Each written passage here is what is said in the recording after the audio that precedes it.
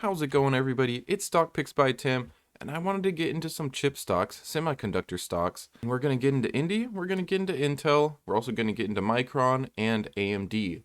But we're going to look over the charts. But first, I wanted to remind you that we are at a steady growth over time. So if you are patient with chip stocks, they will treat you well over time.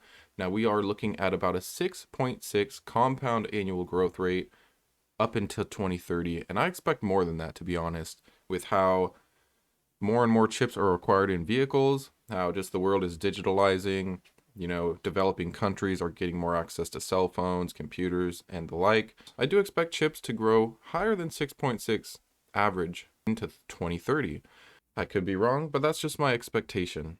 Now make sure you hit the like and subscribe. I do put out videos every single day, and let's get into it. So right now we've got INDI looking quite bearish. We did break our trend line, and we are working towards our 200-day moving average, and we've seen a lot of red on INDI. It's actually down 19% on the day so far as of this recording. The RSI is dropping, the MACD is dropping. We're looking pretty bearish. I would look for a bottom before buying this one, although I think it's very likely that we're going to come down to that 200-day and possibly bounce. But what I believe the reason for this huge drop is, one, the inflation data and likely tapering and raising interest rates, which isn't going to help a company like INDI that's going to need more cash and need to get out more loans. But another reason this is dropping is because of the lockup. So the insiders are going to be able to sell their shares, and this will bring some downward pressure very likely. A lot of people are selling out knowing about that lockup. I love it at around 12. You guys know this. I'm not going to buy yet, though. I'm going to be patient and wait for a nice rebound. That's just how I'm going to play this, because we could see it continue down. We could see it continue down to the low 11s, and that is definitely possible. But that's basically it for INDI, and let's get into Micron. Now, looking at Micron, it's actually holding up relatively well. Although we are really near that overbought range, MACD looks like it is curling, and typically when the blue line crosses, we are in for a downward trend. So just keep an eye on that. We could potentially fall a little bit. We could come down towards that 20-day, right here on this red line, down towards about 82. But I do like this one under 80, and I was loading up on it. Although I have exited out of most of my position, I took some profits. I do have a small portion. Now keep in mind, Micron's earnings is coming very soon. Now we are looking at earnings on Micron at December 20, and it was for the period ending November 21, and it isn't expected to be amazing compared to previously, but it seemed like they lowered guidance, so it is a little lower. It might be a little bit of under promising, over delivering is my hope, but earnings per share is estimated at 210, and revenue is estimated at 7.6 billion, whereas the previous quarter we actually had 242, and we reported a revenue of 8.27 billion. So we could see this go up. We could see this, and previously it was 7 billion. So do consider that this was right in the midst of the chip shortage, and we are kind of getting out of it. So I'm feeling pretty positive about earnings, although I don't really like to gamble on earnings. I'm just giving you my thoughts of basically what earnings could be. I do think it will most likely be positive. I don't think they'll miss this very much if they do miss. And if they do miss slightly, I'll see it as a buying opportunity. And I'm definitely very, very optimistic of the chip sector as a whole.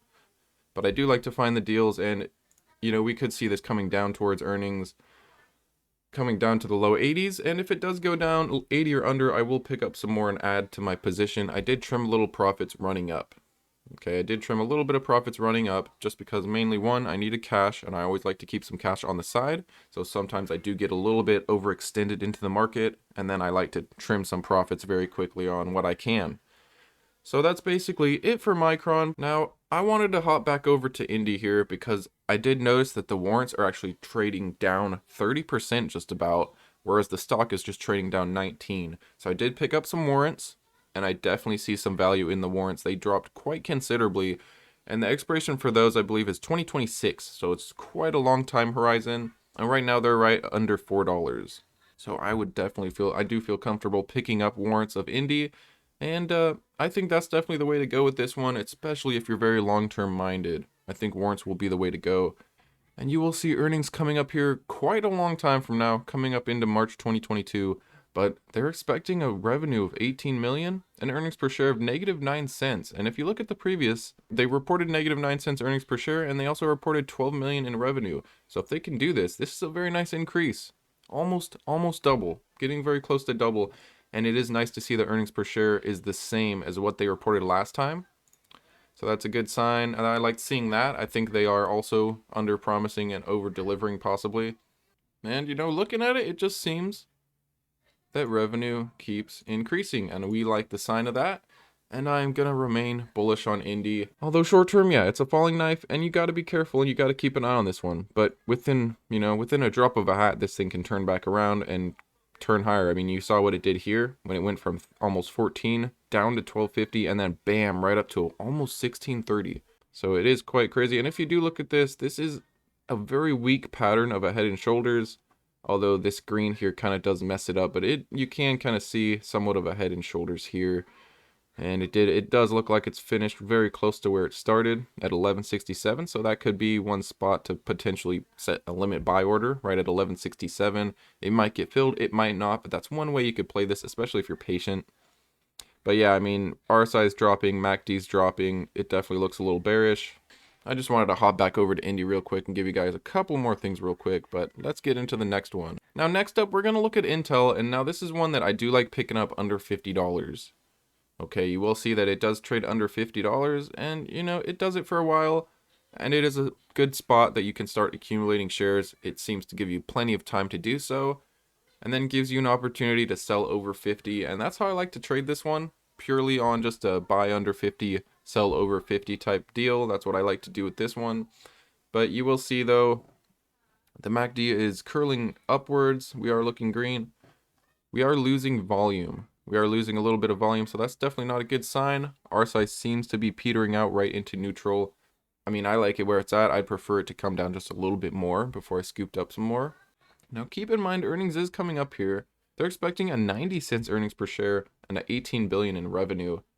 And comparing that to last time, they're basically right in line with that, although the earnings per share was a little bit better. But they did miss their revenue slightly, and that could be why they're just like right in line with last time. But remember guys, we are getting out of this chip sector shortage, which should be good news for these companies, and they should be turning around their earnings and start reporting more positive numbers. And that's my speculation with this one. That is kind of what I expect with Intel. And this is a dividend stock, so it does give you a dividend over time. But I do like buying this under 50, collecting that dividend when you see the opportunity, you know, taking a nice 10, 15, 20% even, and you know, rolling with it that way. But be patient with this one. I do like buying it under 50, and it seems to do it often enough. So you know, there's a very good likelihood you will see under 50. You know, you could always wait until after earnings if you're a little bit nervous about earnings coming up, if you think they might miss their numbers or something. But I'm feeling pretty positive. It seems like the chip sector as a whole is starting to turn around. The supply constraints seem to be somewhat easing. And of course, I am overall bullish on the chip sector. And next up, we're going to look at Advanced Micro Devices, otherwise known as AMD by the ticker symbol. And it looks like volume is dropping a little bit. The MACD is dropping, and the RSI somewhat is leveling out. So it seems like it is trying to find this base right here at about the 50-day. And you know, this thing has just been running up. I was looking at it right here around 100, and there was a previous video where I was saying I will happily scoop this up under 100, but unfortunately it went down to 102 and then just like blasted off like a rocket. And I think it was right around this time. And then it just blasted off. We ended up hitting 160. Started selling off a bit. I'd want this to come down a little more, but that's just being me. I feel like I see better deals in the chips besides AMD. Although this is one to keep on the radar. And, you know, and management has turned this boat around. Lisa Su has done a great job of turning this around and, you know, making it the chip stock to beat. I love their products, and, you know, I love the value of their products in terms of just computer parts compared to Intel at least. Intel does still have a lot of market share compared to AMD, but AMD seems to slowly be taking that market share. But I do like AMD. I would prefer it to come down a little bit. You could always just dollar cost average through it. I mean, my guess is that over the years and years from now, AMD will be trading multiples from where it's at. And they are basically right in line with their last earnings, right around 4 billion expected, with an earnings estimate of 76 cents earnings per share. And that's basically almost what they got last time. But they did beat the revenue nicely. You know, if they can stay on this upward trajectory, I mean, look, it's been continuing to grow revenue, and if they can beat this or at least meet it, that is a positive sign for a stock like this to see. It seems like the revenue just keeps going up. It is nice to see. Across the board, the revenue has been increasing, and letting it trade at a more fair value. Although PE wise, this is still a little high for my blood, although it is a growth stock and revenue continues to increase, so that PE will keep going down as revenue increases if this stays at the same price it's at or just right around here. But I definitely like AMD, although I don't have any AMD. I would prefer it a little bit lower. I mean, I missed out on it when it was down under 100. I did get in a long time ago in the 80s, got out when it hit close to, I think, 105, I want to say. And since then, I wanted to get back in under 100, and it just didn't let me do that. My loss. Just maybe look for a little bit more weakness in this one, but, you know, this is one of those stocks that if it dips enough, it's definitely a buy, in my opinion. And, that's basically all I got for you. Thanks for hitting the like and subscribe, and I will see you guys next time.